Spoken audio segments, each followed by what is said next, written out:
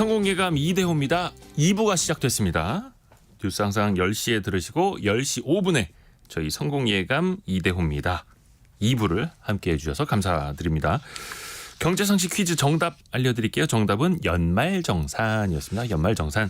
사실 연말정산이라는 게 거의 한 1월 중순 지나가서 오픈이 되는데 국세청이 얼마 전에 그 사전 테스트를 해볼 수 있는 사이트를 열어서 저희가 경제상식 퀴즈로 내드렸고요.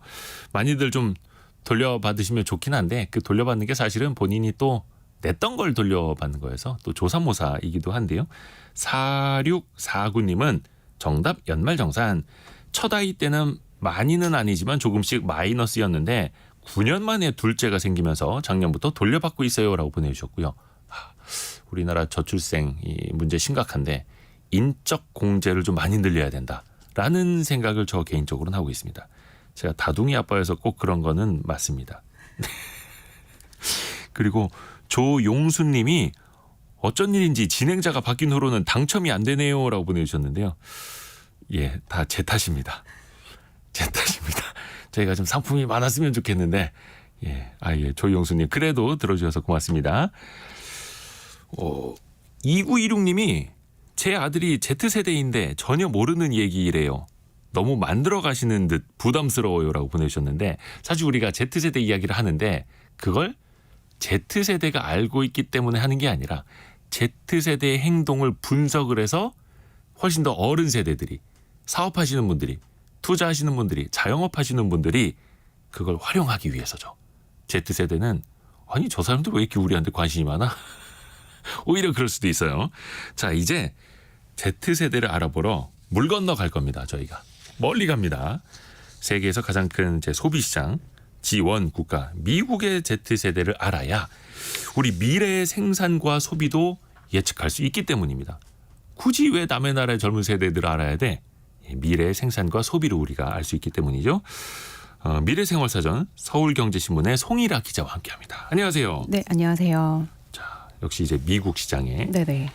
소비 이런 것도 좀 살펴봐야 될 텐데요. 우선은 정의를 좀 내려야겠습니다.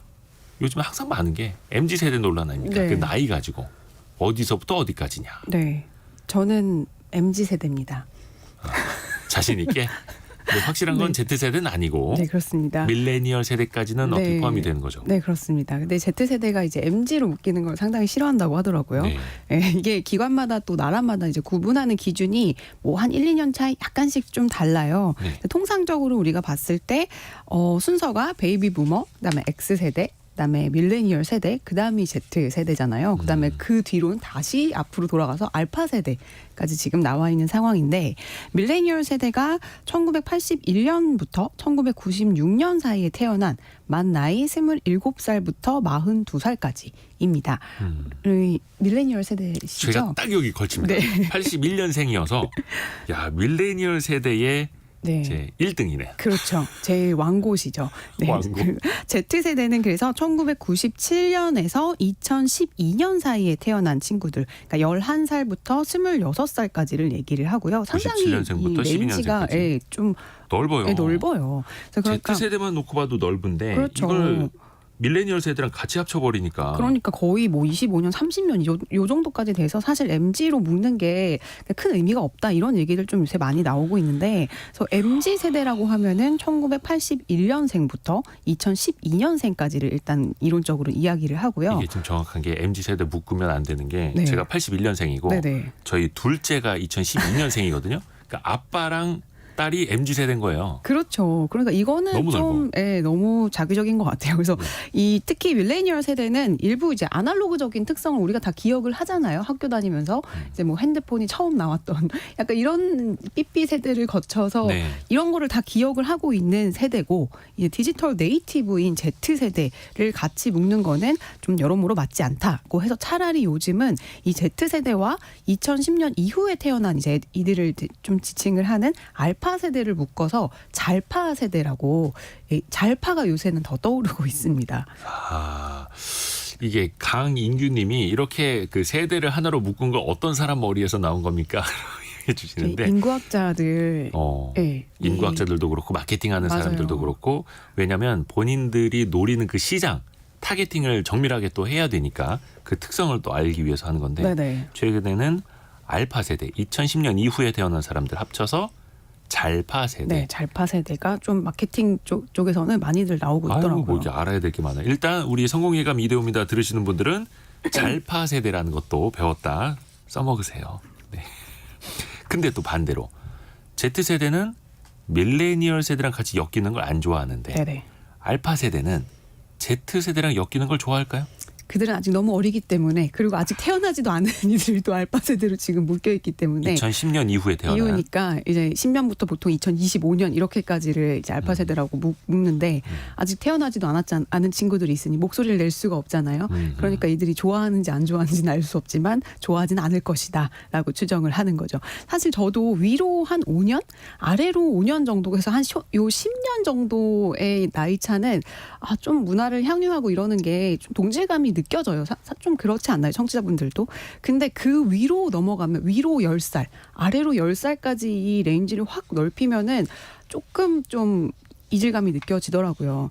그래서 뭐 Z세대의 부모가 X세대고요. 알파 세대의 부모는 밀레니얼 세대인 경우가 많습니다. 네. 예, 그래서 아까 이제 끝과 끝이라고 하셨잖아요. 그래서 보통은 알파 세대 부모는 밀레니얼 세대가 됩니다. 근데 또 Z세대와 알파 세대도 비슷하면서도 다르다 뭐 이런 얘기들도 나오고 있어요. 이제 스마트폰과 SNS가 완벽하게 대중화된 이제 2010년대 이후에 출생하거나 이제 유년기를 보낸 친구들이 이제 Z세대라고 하면 이제 그 알파 세대는 그보다 더 뒤죠. 코로나가 터진 2020년 이후에 초등학교에 입학을 해서 처음부터 완전히 코로나로 뒤바뀐 세상을 살아온 유년기를 보낸 세대가 알파 세대니까 확실히 좀 시간이 지나고 나면 좀 차이가 더 벌어질 것 같아요.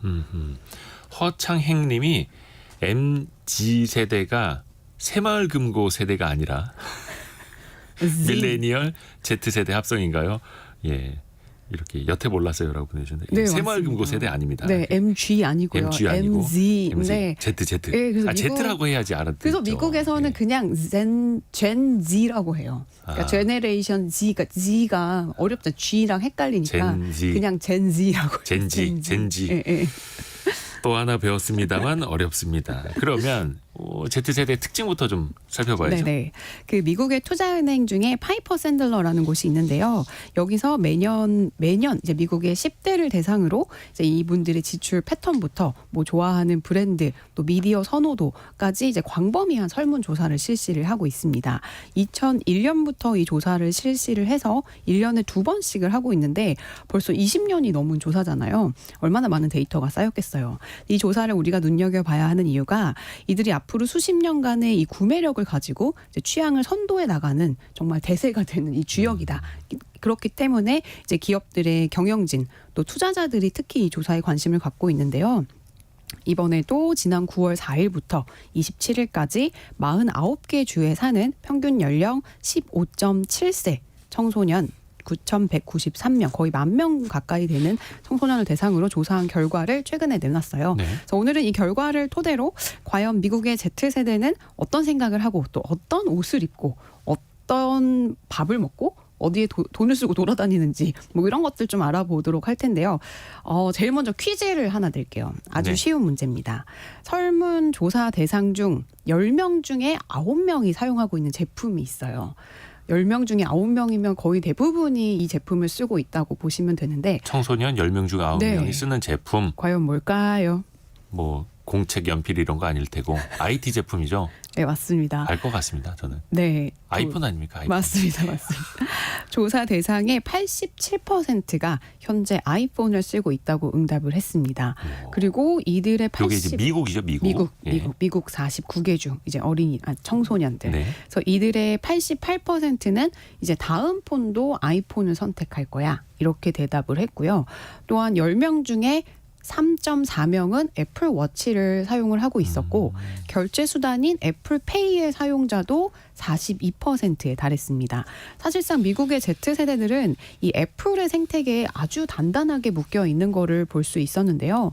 그래서 외신들도 이 미국의 Z세대들의 아이폰 사랑에 대한 기사가 아주 많이 나오고 있어요. 그래서 뭐 파이낸셜 타임스 같은 경우는 최근에 미국의 청소년 집단 내에서 아이폰이 아닌 갤럭시나 구글 픽셀 같은 이 안드로이드 스마트폰을 사용하는 친구들을 마치 외계인을 보듯이 쳐다본다. 약간 이렇게 좀 소외된다. 뭐 이런 류의 기사들도 있더라고요. 맞습니다. 그런 보도가 좀 많이 나오고 있죠. 근데 따지고 보면은 중국 사람들이 화웨이 폰 쓰는 거나 미국 사람들이 아이폰 쓰는 거나 그렇죠. 비슷할 수도 있는데 이제 아이폰은 전 세계로 뻗어 나가고 있고 장악을 하고 있어서 우리나라 입장에서 조금 더 걱정이 되는 입장도 있어요. 그렇죠. 그래서 1020 세대는 애플 아이폰. 근데 한 30대쯤은 그 데이터로 보니까 갤럭시랑 아이폰을 쓰는 사람의 비중이 좀 비등비등 하더라고요. 근데 한 40대부터 중장년층 가면은 갤럭시 쓰는 사람들이 많고요. 이게 어떤 회사나 제품의 전략에서도 좀 차이가 있기 때문일까요? 아무래도 그런 영향이 있을 것 같아요. 그러니까 유난히 그 미국의 10대들에게 아이폰이 선택을 받는 이유가 아이폰끼리만 가능한 그 기능들이 있잖아요. 뭐 아이메시지도 메시지. 예, 그냥 뭐 평범한 메시지가 아니고 무슨 단어를 치면은 막 화면이 막 바뀌고 막 번쩍번쩍하고 막 그런 되게 재미적인 요소들이 있어요. 자기들끼리만 네네. 느낄 수 있는 것. 우리끼리만 할 수 있는 뭔가 그런 기능들을 많이 넣은 것 같아요. 그리고 또 아이폰 뭐 에어드롭이라고 해가지고 아이폰끼리는 뭐 사진이나 파일 같은 것도 굉장히 빠르게 탁 해갖고 보낼 수 있잖아요. 그 갤럭시끼리도 돼요 다. 아 그렇죠. 네. 아 근데 왜 이렇게 에어드롭이 더 인기가 많은 것처럼 느껴질까요? 뭔가 이제 트렌드인 것처럼 그렇게도 네. 받아들인다는 거죠. 그래서 아이폰이 그 애플이 다른 운영 체제들과의 이 폐쇄성을 계속해서 더 공고하게 만들기 위한 여러 가지 작업을 하고 있다. 폐쇄성. 예, 예. 끼리끼리. 다른데 넘어가지 못하도록. 그러니까 맥북 하나 펼쳐놓으면 주변에 있는 애플 기기들은 다 연결이 되고 이런 식으로 편리함을 한번 딱 맛보면은 거기서 벗어날 수 없게끔 만들거든요. 그렇죠. 뭐 핸드폰부터 손목, 뭐 네. 태블릿, 노트북 모든 게 다 그렇죠. 연결이 돼버리니까. 그리고 뭐 최근에는 뭐 아직 나오진 않았지만 애플 제품들끼리 서로 충전이 가능하게끔 하는 기능들도 지금 개발이 되고 있어요. 뭐 예를 들어서 핸드폰 배터리가 나갔는데 갑자기 배터리. 배터리가 나갔는데 죄송합니다. 배터리가 나갔는데 네, 네. 갑자기 충전기가 없다. 그러면은 내가 차고 있는 뭐 애플 워치나 맥북으로 이게 충전이 서로 조금 나눠주는 데이터 나누는 것처럼 나눠주는 그런 기능들도 지금 개발이 되고 있다고 하니 이렇게 되면 애플 생태계는 더욱더 공고해질 수밖에 없다. 이제 분석이 나오고 있고요. 뭐 삼성도 역시 뭐 비슷한 다양하게 노력을 하고 있어요. 그래서 우리가 이제 글로벌리 내세울 수 있는 게 K-팝 대스타들이잖아요. 그래서 이제 이분들을 이용한 마케팅과 또 이제 폼팩터라고 부르는 이 스마트폰의 외관 형태를 좀 다양하게 바꾸면서 지금 Z세대를 유인하고 있습니다. 최근에 지난 여름에 이 삼성동 코엑스에서 열렸던 갤럭시 언팩 그 뉴스 보면 다들 아실 텐데 네. 뭐 BTS 멤버 슈가나 뭐 아이브 장원영 씨 뭐 이런 여러 K-팝 스타들이 총출동했죠. 그래서 뭐 이들이 단순하게 뭐 모델로서 참여를 하는 게 것뿐만이 아니고 뭐 제품의 장점을 묻는 영상에 출연을 한다든지 뭐 대담을 나누는 식의 정말 적극적인 스타 마케팅을 하고 있고요. 특히 삼성하면 또 이 폴더블 제품 아니겠습니까? 네. 그래서 이 폴더블 제품이 확실히 손에 딱 들어와가지고 그렇죠. 저는 이건 좀 혹하더라고요. 저는 이제 오랫동안 아이폰만 써온 아이폰 유저인데 이 폴더블 폰을 딱 보니까 이거 갖고 싶다 이런 생각이 들어서 실제로 20대 여성들에게 제가 20대는 아니지만 20대 여성들에게 폴더블 폰이 좀 인기를 많이 끌고 있다고. 아하. 그래도 아이폰을 쓰는 사람들이 막 갤럭시 쓰는 사람 좀 나이 들어 보여라고 하지만 그 폴더블 폰을 쓰게 되면은 그래도 요거는 훨씬 더 핫하게 네. 다가설 수 있는. 저희 딸이 갤럭시를 사달라고 하더라고요. 그 폴더블 폰 사달라. 요즘 무슨 초등학생들이 접히는 핸드폰 그 얼마나 비싼 줄 모르고 그러니까 말이에요. 엄마 아빠들 엄마 고생하는데 아빠가 쓰던 거 그냥 써야지. 그렇죠. 쓰던 거 써야 됩니다. 자, 그리고 휴대전화뿐만이 아니라 휴대전화 이것도 사실 스마트폰이니까 이거를 통해서 이제 세상과 소통하지 않습니까? 네네. 스마트폰을 통해서 자주 들어가는 플랫폼도 알아봐야죠. 네. 아무래도 이 Z세대가 디지털 네이티브다 보니 다양한 앱들을 두루두루 활용을 하고 있었는데요. 이 조사에 따르면 우선 Z세대가 가장 많이 이용하는 소셜미디어 앱은 38%를 차지한 틱톡이었습니다. 그 뒤를 스냅챗이 28%로 2위에 이름을 올렸고요. 뭐 이 두 앱 다 사용 안 하시는 분들도 많을 텐데 그 틱톡 이라 함은 이제 짧은 길이의 영상을 올리면서 소통하는 SNS를 이제 뜻하고요. 이제 스냅챗은 메시지를 주로 주고받는 메시지를 보내면 그 메시지가 사라져요. 그래서 네. 좀 프라이빗한 거를 지킬 수 있는 그런 메신저라고 보시면 되는데요. 또 스냅챗 같은 경우에 카메라에 좀 재미있는 필터가 많아요. 네. AI를 잘하거든요, 여기가. 그래서 Z세대 사이에서 이제 챌린지 같은 거 아시죠? 챌린지. 네네네. 뭐 우참 따라하는 챌린지. 거. 예, 그런 거가 이게 밈으로 돌잖아요. 예. 그런 거를 할 때 이 스냅챗의 카메라를 많이들 이용을 합니다. 그래서 Z세대는 아주 어릴 때부터 인터넷이나 뭐 소셜 미디어, 스마트폰이 존재했던 첫 세대라고 볼 수 있는데 실제 모닝 컨설턴트의 2022년 설문조사에 따르면 Z세대의 54%가 매일 최소 4시간을 소셜미디어에 사용한다고 합니다. 근데 저는 이게 되게 많다고 생각했는데 38%는 4시간 이상을 소비한다고 답을 했어요. 제가 이 설문이 정말 맞을까라고 의심을 했는데 굳이 정말 이 설문대로라면 90% 이상의 Z세대가 4시간 이상을 소셜 미디어에 이제 사용을 하고 있는 상황이었어요. 매일매일. 네네. 그래서 이게 정말 저는 아직도 약간 의구심이 있어서 기사를 몇 번을 찾아봤는데 이거 미국 통계죠. 네, 미국 통계예요. 그래서 제가 다시 한번 확인을 해보긴 해야 될 텐데 네. 어쨌든 이 설문에 따르면은 90% 이상이 4시간 이상 소셜 미디어에 매여 있었고요. 근데 요즘은 또 너무 이제 스마트폰이나 SNS에 종속이 돼 있으니 뭐 일각에서는 SNS 디톡스라고 해가지고 아예 정말 이제 절연하고 사는 뭐 이런 움직임도 있는데 갔다가 다시 온다고 하더라고요. 불편해서. 예, 불편해서. 그래서 여전히 이 스마트폰 안에서 검색부터 뉴스 또 쇼핑까지 모든 걸 다 하고 있다고 보시면 되고요. 제가 갑자기 떠오르는 게 언론사 시험 볼 때 상식 시험 보잖아요. 네네네. 그때 그 주관식 문제 중에 SNS가 뭐의 약자인지를 써라 이런 문제가 있었어요. 그게 막 SNS가 처음 유행하기 시작할 때쯤. 예, 막 나오기 시작할 때쯤 그래서 그 틀렸잖아요. 몰라서. 송일아 기자가 좀 입사한 지 꽤 됐습니다. 예. 네, 근데 지금 Z세대들은 이런 걸 하루에 4시간 이상씩 하고 있다. 참 그 세대의 변화가 그렇죠. 그들 세대는 태어나 보니까 그런 게 있어서 너무나 당연시 되던 시대에 이제 살고 있는 친구들이니까요. 그런 친구들한테 뭐 나가서 놀아라, 운동장 가서 뛰어놀고 친구들 만나서 대화해야 된다라고 해봐야 세상이 너무 달라졌는데 또 체감이 또 안 될 수도 있는 거고요. 또 체감이 안 되는 이야기도 한규봉님이 보내주셨는데요. 송일아 기자님 소녀시대 유나 닮으셨네요라고 체감이 안 되는 문자 정말 메시지를 감사합니다. 보내주셨고요. 네, 상품은 없습니다. 검색하는 방식도 Z세대랑 다를 수밖에 없습니다. 네네. 대부분 어른들은 포털 사이트, 맞아요. 네이버 녹색창에 검색하세요 막 이런 거 많았고 또 요즘에는 유튜브를 통해서 검색하시는 분들 많아요. 근데 맞아요. 자녀들은 요즘은 뭐 인스타그램이나 SNS로 검색을 하기도 하고요. 여기서부터도 많이 달라지죠. 어저께 제가 후배한테 들은 얘기인데 요새는 소개팅을 하면 헌팅이나 소개팅, 그러니까 소개팅을 하면은 네. 전화번호를 따는 게 아니고 그 인스타그램 그 아이디를 서로 주고받는다고 하더라고요. 네네네. 그래서 DM으로 연락을 한다고. 다이렉트 메시지로, 네. 그러니까 메시지로 보내는 그래서 거죠. 번호를 주는 거는 좀 너무 간 거다. 이런 얘기를 하더라고요. 그래서 좀 이것도 좀 많이 다른 세태 변화구나 이런 생각을 했는데 저 같은 경우도 아직 뭘 찾아보려면 이 초록창이 더 편하거든요. 근데 확실히 이 Z세대 친구들은 동영상 플랫폼에서 검색을 하는 게 익숙한 것 같아요. 그래서 이번 조사에서 이제 미국 청소년들이 매일 동영상을 소비하는 플랫폼 1위로는 유튜브가 역시 29.1%로 이제 1위를 기록을 했고요. 네. 뭐 동영상을 가장 많이 접하니까 검색도 당연히 유튜브로 많이 하겠죠. 한국의 Z세대도 크게 다르지 않아요. 소비자 데이터 플랫폼 오픈 서베이에 따르면 우리나라 10대 이용자들 역시 정보를 검색할 때 가장 먼저 유튜브를 이용하는 것으로 조사가 됐는데요. 비율로 보면 무려 88.4%가 유튜브를 선택을 했습니다. 반면 20대 이상 다른 이제 고연령층에서는 이제 네이버 초록색 창을 가장 많이 이용을 하고 있었고요. 근데 앞으로는 이 AI 검색 기능이 훨씬 더 활발해질 거잖아요. 그래서 AI 기능이 다수의 이제 플랫폼이랑 결합이 될 텐데 여기가 또 어디가 서비스를 잘하는지에 따라서 이 검색의 좀 생태계도 한번 흔들리지 않을까 그런 생각도 그렇죠. 들었어요. 미국 사람들도 과거에는 그냥 뭐 검색할 때는 구글을 써서 네. 구글 그렇죠. 링이라는 표현이 그냥 자연스러웠었는데 이제는 그것도 세대마다 다 달라진다라는 거고요.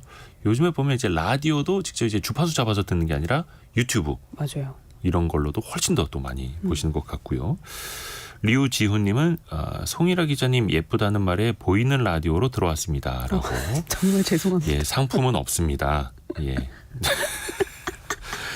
그러면 세대별로 좀 나눠서 볼게요. 네네. 그럼 미국의 Z세대가 많이 접하는 플랫폼은 뭘까요? 네, 동영상으로만 이제 한정을 해서 보면 동영상을 소비하는 이제 기업 2위는 넷플릭스가 차지를 했고요. 28.7%를 기록했습니다. 근소한 차이긴 한데 넷플릭스의 비중은 연초에 조사했던 것보다 소폭 줄었고요. 유튜브는 소폭 늘었어요. 그러니까 간격을 유튜브가 조금 더 벌리고 있다. 이렇게 보시면 될 것 같고요. 근데 우리 때만 해도 사실 동영상 소비는 당연히 TV 하나였잖아요. TV, 텔레비전. 네네.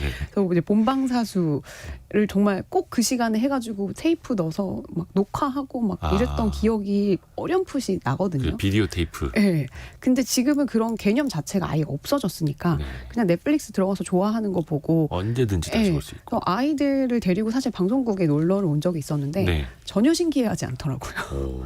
그래서 저희 때만 해도 나 방송국 구경 간다. 그죠, 그러면은 그죠, 막 우와 막 이랬는데 네. 막 카메라가 요즘은 엄청 커 막 이러고. 네, 요즘은 애들이 이제 TV도 잘 안 보고 하니까 뭐 방송국 뭐야 그냥 어디 뭐 키즈 카페 가자 뭐 약간 이런 식으로 네, 그렇게 하더라고요. 그래서 좀 깜짝 놀랐는데 그래서 어쨌든 이 젊은 청소년들 사이에서는 이제 동영상은 넷플릭스, 유튜브가 이제 50% 이상을 잡고 있다라고 보시면 될 것 같고요.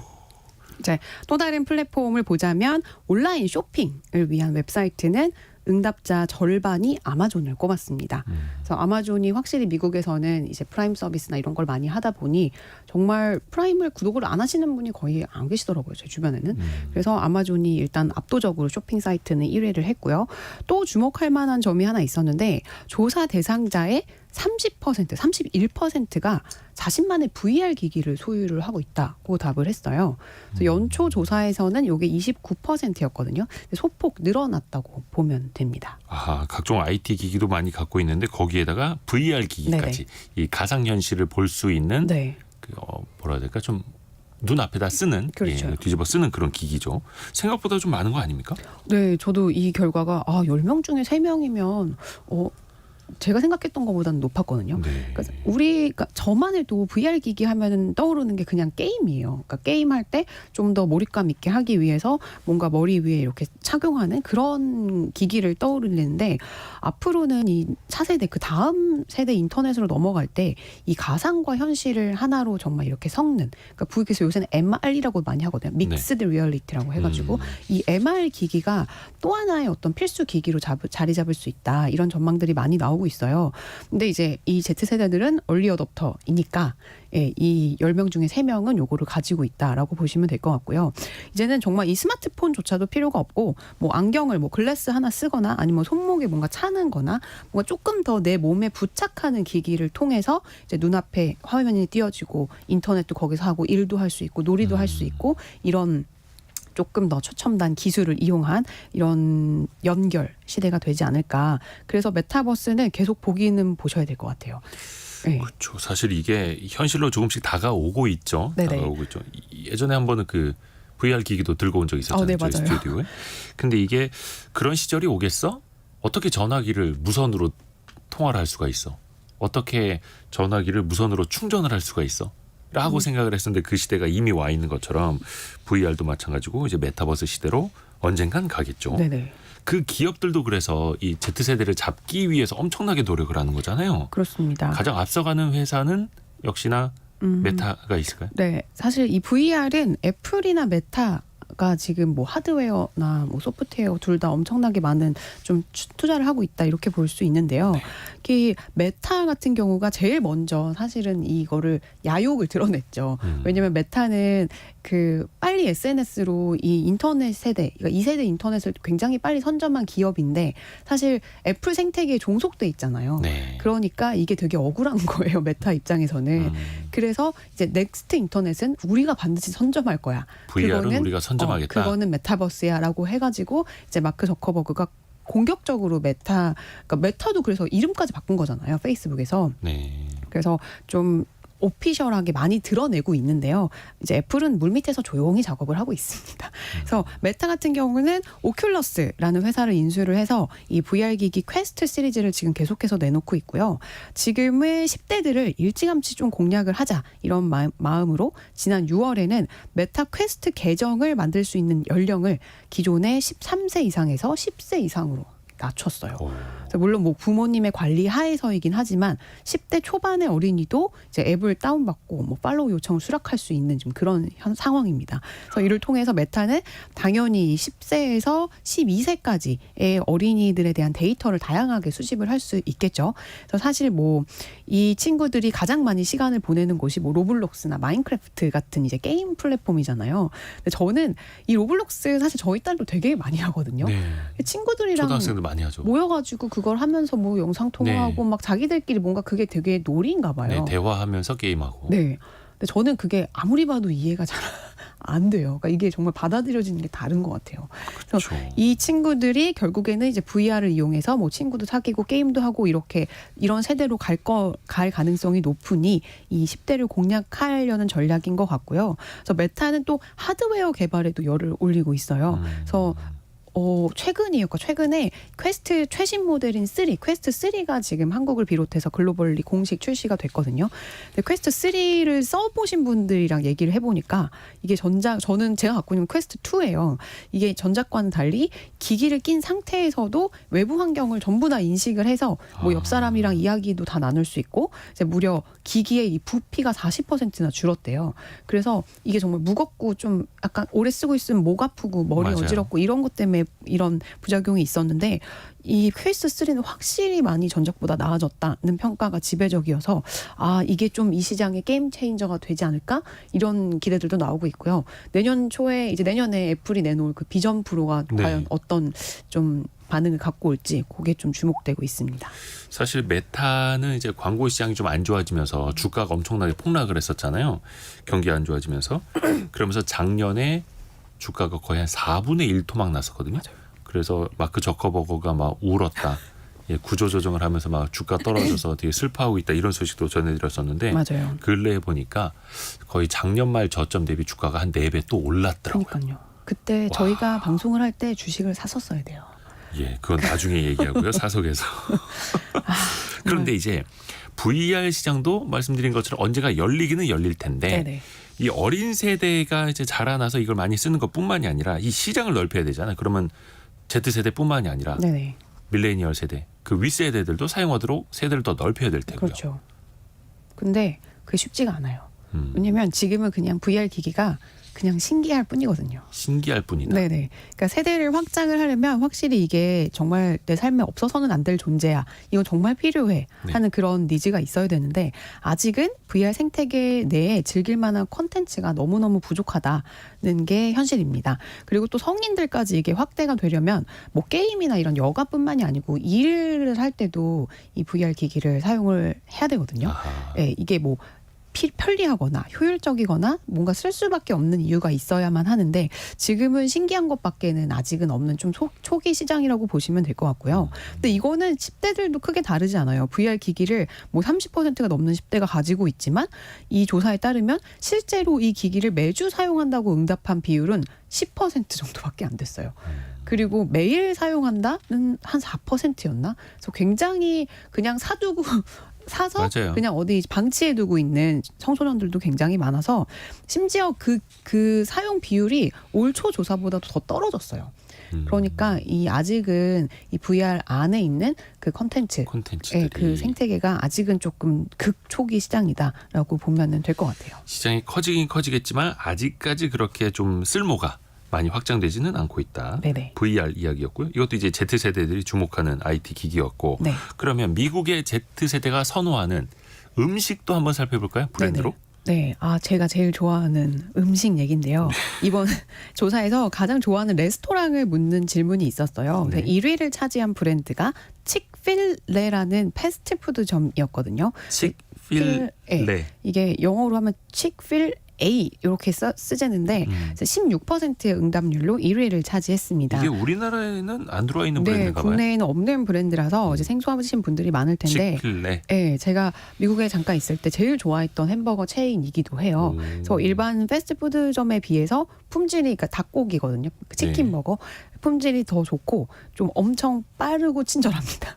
그리고 무엇보다 가격이 그렇게 비싸지가 않아요. 그래서 뭐 치킨버거 단품이 4불에서 5불대 기본 단품이 요 정도 되면은 리즈너블하죠. 그래서 치필레는 이 조사뿐 아니라 전미 고객 만족도 지수라는 요 조사도 있는데 거기서도 현재 9년 연속 모든 레스토랑 브랜드를 다 제치고 1위 자리를 유지를 하고 있는 브랜드예요. 그만큼 좋은 평가를 받고 있습니다. 아니 근데 품질이 좋고 빠르고 친절하고 가격도 비싸지 않다. 웬만한 요건을 다 갖춘 거네요. 그렇죠, 그렇죠. 특히 Z세대가 좋아하는 이유는 뭘까요? 특히 Z세대가 좋아하는 그 어떤 부분을 좀 공략을 한 게 있는데 일단 치필레라는 회사를 간단히 설명을 드리면 1967년 스튜어트 캐시라는 분이 설립한 개인 회사예요. 상장 회사도 아니기 때문에 아마 더 생소하실 텐데 이제 미국 애틀란타에 본사를 두고 있고 19만 명의 직원이 미국과 캐나다 등에서 이제 2,800개 이상 매장을 운영 중입니다. 예, 첫 번째는 뭐 당연히 좋아하는 이유는 맛이겠죠. 그리고 두 번째는 이 회사만이 가지고 있는 고용주로서의 철학에 약간 꽂힌 것 같아요. 이 치필레가 다른 패스트푸드 체인점 들과는 구별되는 특징이 있는데 일요일에 쉽니다. 네, 패스트푸드점이 일요일에 쉰다는 거는 굉장히 어색하잖아요. 그래서 직원들이 적어도 일요일에는 일을 쉬고 가족과 함께해야 한다는 이 창업주의 마인드가 녹아있는 이 어떤 철학이라고 해요. 네. 그래서 보장된 주말 휴가를 얻을 수 있는 이 패스트푸드점은 매우 드물기 때문에 여기서 일하려고 하는 직원들의 경쟁도 치열하고 또 그 결과 더 훌륭한 인재들이 모여서 여기를 가면은 뭐 기분이 좋아진다. 뭐 이런 리뷰도 되게 많더라고요. 그리고 또 상대적으로 이제 이 패스트푸드점에서 서빙하시는 그러니까 일하시는 분들이 상대적으로 좀 저학력의 직원들이 많잖아요. 네. 그래서 이분들이 공부를 하길 원하면은 장학금을 회사에서 지원을 해줍니다. 우와. 그래서 뭐 장학생을 선발해서 뭐 제공해주는 원하는 공부를 해라 학원 프로그램도 운영을 하고 있고 뭐 지역 사회에 대한 어떤 헌신이나 이런 프로그램도 굉장히 많기 때문에 그 결과 지난해 포브스가 뽑은 미국 최고의 고용주에 선정이 되기도 했고요. 뭐 직장 및 상사 평가 사이트 글래스도어라는 곳이 있는데 여기에서는 흑인 직원을 위한 최고의 회사. 로 선정이 되기도 했습니다. 그 평판 자체가 좋은 거네요. 네, 좀 다양성을 굉장히 중요하게 생각하고 있고 그런 복지나 뭐 그래서 Z세대들이 또 그런 거 중요하게 생각하잖아요. 야, 그러니까 직원들도 행복하게 일할 수 있는 회사, 그게 고객들에게도 마음이 전달이 되는 회사. 네, 그러니까 그 Z세대들은 뭔가 가치 소비를 맞아요. 또 중시하는 성향이 있다 하더라고요. 네, 맞아요. 그래서 통계 사이트 이 스태티스타에 따르면 Z세대의 45%는 좀 더 신뢰감이 가고 좀 더 투명해 보이는 브랜드에 내가 좀 더 많은 지출을 할 의향이 있다. 이렇게 응답을 했고요. 이 때문에 단순히 그냥 햄버거만 파는 게 아닌 우린 투명한 기업이고 어떤 사회적 가치를 위해서 이런 혜택까지 주고 있다. 식의 어떤 스토리를 계속 만들어내는 이 치필레에 조금 더 꽂혀 있는 게 아닌가 그런 생각이 듭니다. 그래서 실제 이 그 파이프 샌들러는 Z세대가 환경이나 낙태, 또 인종 평등, 뭐 인플레이션 같은 주제에 굉장히 관심을 가지고 있는 의식 있는 세대라고 규정을 했는데요. 뭐 기업이 이와 관련된 사회 활동을 할 때 일부러라도 이제 그 기업 거를 더 사용하는 게 실질적으로 나타나고 있는 세대가 Z세대예요.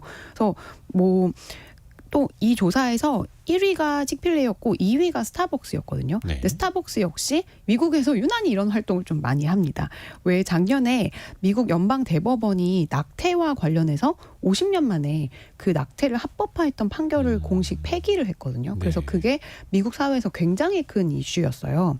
그래서 연방 차원에서 그동안 보장됐던 낙태권이 아예 사라지면서 이제 주 정부와 의회로 그 권한이 넘어가서 어떤 주는 낙태 금지, 어떤 주는 허용 뭐 이런 식으로 지금 나뉘어 있는 상황이거든요. 네. 그래서 여성이 본인의 낙태권을 주장해서 낙태를 하고 싶다. 그러면은 다른 주로 가서 이제 시술을 받고 와야 되는 뭐 이런 이제 상황까지도 벌어졌는데 스타벅스는 그래서 그 만약에 직원이 낙태권을 쓰고 싶어서 우리 주는 안 되는 다른 주에 갈 때 그 여행 비용을 이 회사에서 지원을 해주는 뭐 약간 이런 식의 좀 아직은 다른 기업들이 도입하기 주저하는 뭔가 그런 의식 있는 것 같이 느껴지는 그런 정책들을 예, 많이 하고 있어요. 그래서 이게 또 가치관에 따라서 좀 논란이 있을 수 있는 맞아요. 분야에서 네, 네. 특히 이게 뭐 논쟁은 누구나 건전하게 할 수 있지만 기업이 그걸 한 방향으로 결정을 한다는 그렇죠. 건 좀 리스크가 있는 건데 맞아요. 그래도 스타벅스는 그렇게 또 결정을 했다라는 거고요. 그리고 20대 초중반까지 Z세대니까 이들이 이제 사회에 나올 것 아닙니까? 네네. 일자리를 찾을 텐데 이들의 회사, 이들이 원하는 업무 환경 또 실제로는 네. 어떻게 구분이 될까요? 사실 저는 이분들이 너무 미안한 마음이 있어요. 이분들에게. 네. 왜냐면 이분들이 처음에 직장 생활을 할 때 다 코로나가 터져가지고 그래서 우리나라는 그래도 이 대면이 많았잖아요. 코로나 와중에서도. 네. 근데 미국은 정말로 재택근무가 거의 그러니까 일반화가 됐었기 때문에 예. 면접을 볼 때부터 정말 일을 시작할 때부터 뭔가 트레이닝을 받는 모든 과정이 다 온라인으로 이루어진 첫 세대예요. 면접도 화상 통화로 하고. 네네네. 그래서 너무 이게 사회에 처음 진출을 하는데 뭔가 예전과는 다른 굉장히 혼돈 속에서 사회생활을 시작한 세대라고 보시면 될 것 같아요. 그래서 뭐 파이퍼 샌들러 조사 대상인 15.8세보다는 조금 더 윗세대인 Z세대, 20대 Z세대들의 이야기인데요. 이 세대는 전체 이제 미국 전체 인력의 12.6%를 구성을 하고 있고 코로나 첫 이제 직장 생활 세대라고 할 수 있습니다. 그래서 뭐 인력들 대부분 원격 또는 하이브리드로 일을 시작했고요. 인스턴트 메시지나 뭐 이메일, 화상 통화를 통해서만 의사소통을 했습니다. 그래서 오히려 직장 내 커뮤니케이션 속에서 유대감을 느낄 수 있는 기회가 더 적어서 스트레스를 굉장히 많이 받고 있다는 연구 결과도 많이 나왔어요. 그래서 저 같은 경우는 이 재택근무가 좋거든요. 왜냐면 다 아니까. 그 필요한 사람 찾아가지고 만나고 싶으면 만날 수 있고 어떤 그 방법들을 다 알잖아요. 네네네. 근데 사회 초년생들은 사실은 이거를 처음에는 누가 옆에서 멘토처럼 가르쳐줘야 되고 좀 커피 한 잔 하면서 이야기할 수 있는 여유, 그 안에서 또 배우는 어떤 행간을 읽을 수 있는 그런 기회가 거의 이제 원천적으로 차단이 돼서 너무 선배나 힘들어진. 동료들을 직접 만나서 배울 수 있는 기회 자체가 네네. 없으니. 맞아요. 그래서 제 주변에도 보면 미국에서 이제 만났던 친구들을 보면 상사 얼굴을 실제로 전혀 보지 못한 상태에서 1년 이상 일한 친구들도 많았고요. 그래서 이 친구들이 이탈률도 굉장히 많아요. 높아요. 그러니까 어디 상담할 데가 없어요. 그래서 뭐 저만 해도 예전 직장이 재택근무가 기본이었어서 이제 그러니까 상사의 얼굴을 입사하고 6개월이 넘어서 처음 봤어요. 그게 어떤 느낌이냐면 약간 사이버 가수 보는 느낌이에요. 그러니까 맨날 화면으로만 보다가 실제로 만나니까 그래서 참 어렵더라고요. 그러면 그렇게 그 직장 생활부터 비대면으로 시작한 Z세대 같은 경우에는 거기에 그냥 익숙해졌을까요? 아니면 오히려 사무실 좀 나가고 싶다, 출근하고 싶다라고 여길까요?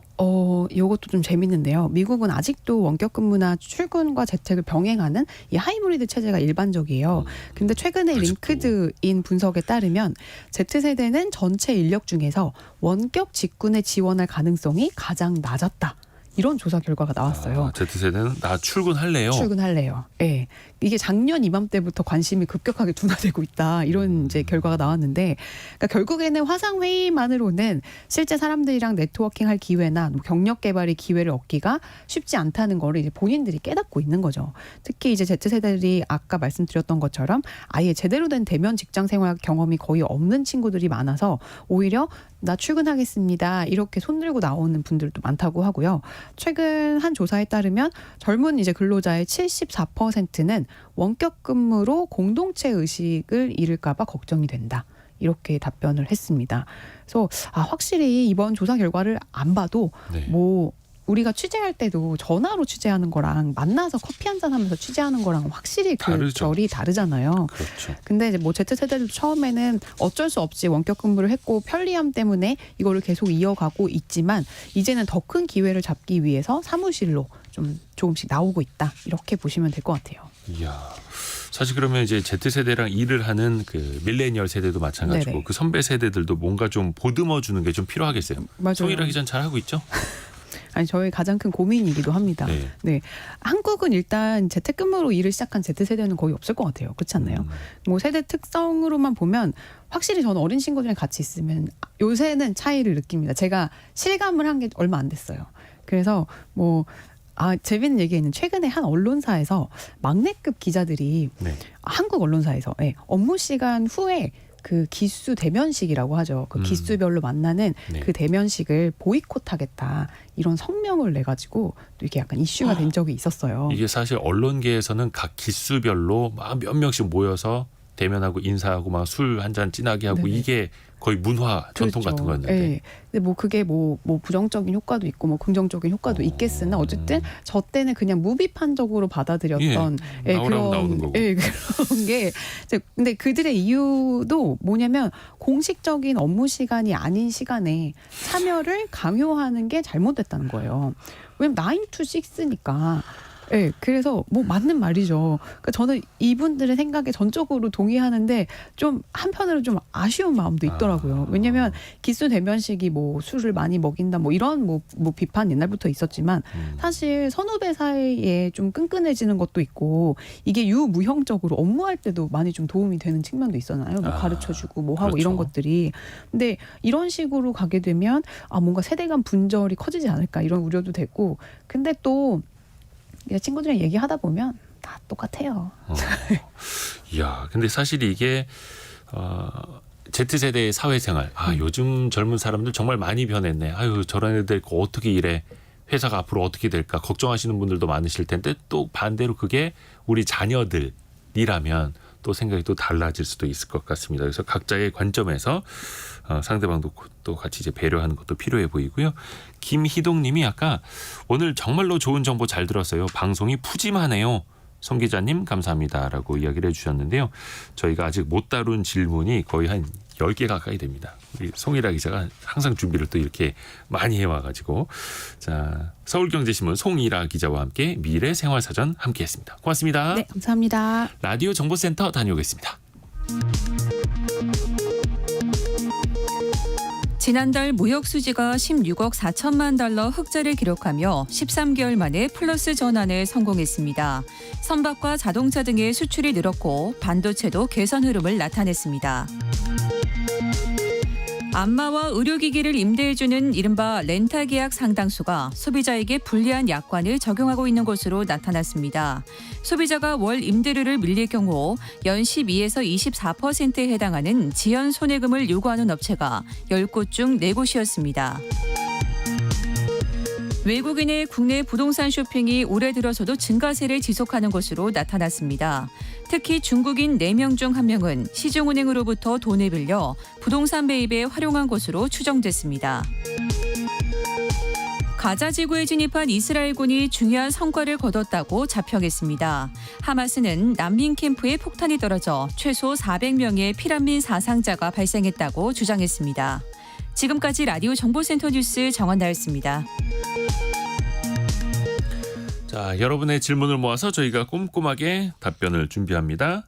애프터 서비스 시간입니다. 오늘은 유혜진 리포터 함께합니다. 안녕하세요. 네, 안녕하세요. 자, 어떤 질문부터 들어볼까요? 네, 월요일 퀴즈 정답이 택시였는데요. 6503님, 택시는 기본 요금이 얼마인가요? 또 버스는 기본 요금이 카드 기준 1,450원과 1,350원이 있던데 차이가 뭔가요? 하고 질문 주셨는데요. 정확하게 말씀드리기 위해서 제가 6503님과 통화를 해봤습니다. 네. 현재 경기도 안양시에 거주를 하고 계신다고 하는데요. 경기도는 택시 기본 요금이 서울과 같은 4,800원이고요. 버스 요금이 다르게 찍히는 이유는요. 마을 버스는 1,350원이고 시내 버스는 1,450원이기 때문입니다. 근데 이게 택시 요금이 지역별로 달라가지고 굉장히 헷갈립니다. 네. 서울과 경기도는 4,800원. 그래서 이제 방송하는 사람들이 대부분 이제 서울 방송 기준으로는 4,800원입니다. 이야기를 네. 하는데 찾아보니까 제주는 4,100원, 울산은 4,000원, 또 나머지는 대부분 4,300원대인 네. 곳이 지방에서는 많이 있더라고요. 그래서 한 3,800원 하던 곳들도 올해 한 4월에서 7월 사이에 네. 많이들 올려서 4,300원에서 4,800원 사이가 네. 가장 많더라고요. 참고로 경남 하동군 같은 경우에는 기본 그 요금이 5,000원이래요. 아, 예, 5,000원인 것도 있더라고요. 그 지역 가셔서 이제 놀라시지 마시라고요. 미리 알려드렸습니다. 다음 질문은요. 네, 지난 슬기로운 법률 생활 시간에 전월세 보증금 분쟁 해결 방안에 대해 알아봤는데요. 4938님, 저는 지금 월세로 살고 있는데 새집 완공이 내년 6월인데 언제쯤 집주인에게 이사 간다고 말하는 게 좋을까요? 하고 문자 주셨습니다. 아하. 그런데 그 월세 계약이 이제 만기가 안 돌아온 상황에 나가는 거라면 임차인이 새로운 세입자를 구하고 나가야 되니까 네. 최대한 빨리 내년 6월에 저 나가야 됩니다라고 이야기를 먼저 네. 해놓는 게 그래도 좋겠죠. 네. 혹시나 그 묵시적 갱신이나 네. 계약 갱신 청구권을 사용한 경우라면은 나가기 3개월 전에는 네. 이야기를 하셔야 된다라는 거고요. 그러면 그때는 이제 임대인이 새로운 세입자를 네. 구하게 된다라는 겁니다. 그래서 이제 6월에 나가는 게 확정되신 경우니까 네. 뭐 2개월 안에 3개월 안에 구할 수 있겠지라고 이제 뭐 구할 수도 있겠습니다만 네. 그래도 집주인에게는 미리 이야기를 해서 서로 양해를 해놓는 게 나중에 그래도 분쟁의 씨앗을 만들지 않는 게 되겠죠. 네, 그리고 이미정님은 보증보험에 가입했는데 보증금을 돌려받는 과정은 어떻게 되나요? 하고 문의하셨습니다.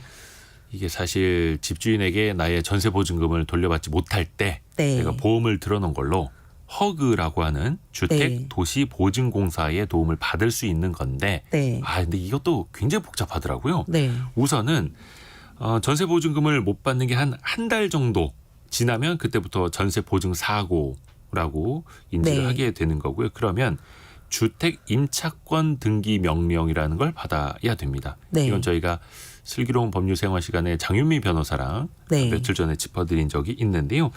그 관할 법원에 가서 임차권 등기 명령을 신청을 하는 거죠. 네. 그리고 그 서류를 가지고 허그 지역별 관할 센터가 있습니다. 그 지역의 관할 센터에 가서 신청을 해야 되는 건데요. 보증금을 대신 보험료로 네. 돌려주세요라고요. 근데 그때도 뭐 신분증 사본, 전세계약서 증빙 서류, 그리고 뭐 임차권 등기 명령 결정서, 그리고 주민등록 등본 초본 등등 준비할 서류가 서류가 많죠. 굉장히 많습니다. 그래서 네. 이거는 가시기 전에 꼼꼼하게 미리 한번 허그 쪽에 물어보시거나 검색을 통해서 꼼꼼하게 준비를 해 보시길 바라겠습니다. 다음 질문은요? 네, 월요일 경제뉴스 브리핑 시간에 소상공인 재난지원금 환수 부담을 줄여준다는 소식 전해드렸는데요.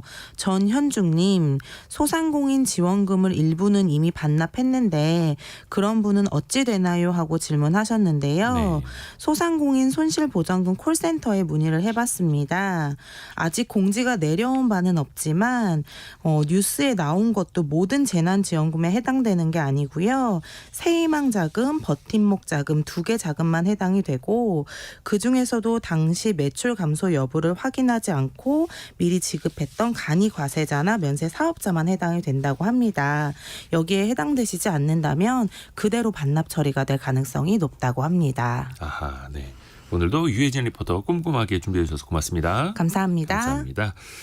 오늘 지역에 따라서 좀 비가 오는 곳이 있다고 합니다. 날씨가 좀 안 좋을 수도 있는데요. 오늘 11월 1일입니다. 2023년이 이제 2달밖에 안 남긴 했지만 어떻게 보면 11월 또 새로운 시작일 수도 있겠습니다. 항상 힘차게 또 새로운 시장을 늘 시작하시길 바라겠고요. 저는 이대호였습니다. 내일 아침 9시 5분에 또 다시 돌아오겠습니다. 성공 예감은 오늘도 여러분을 응원합니다.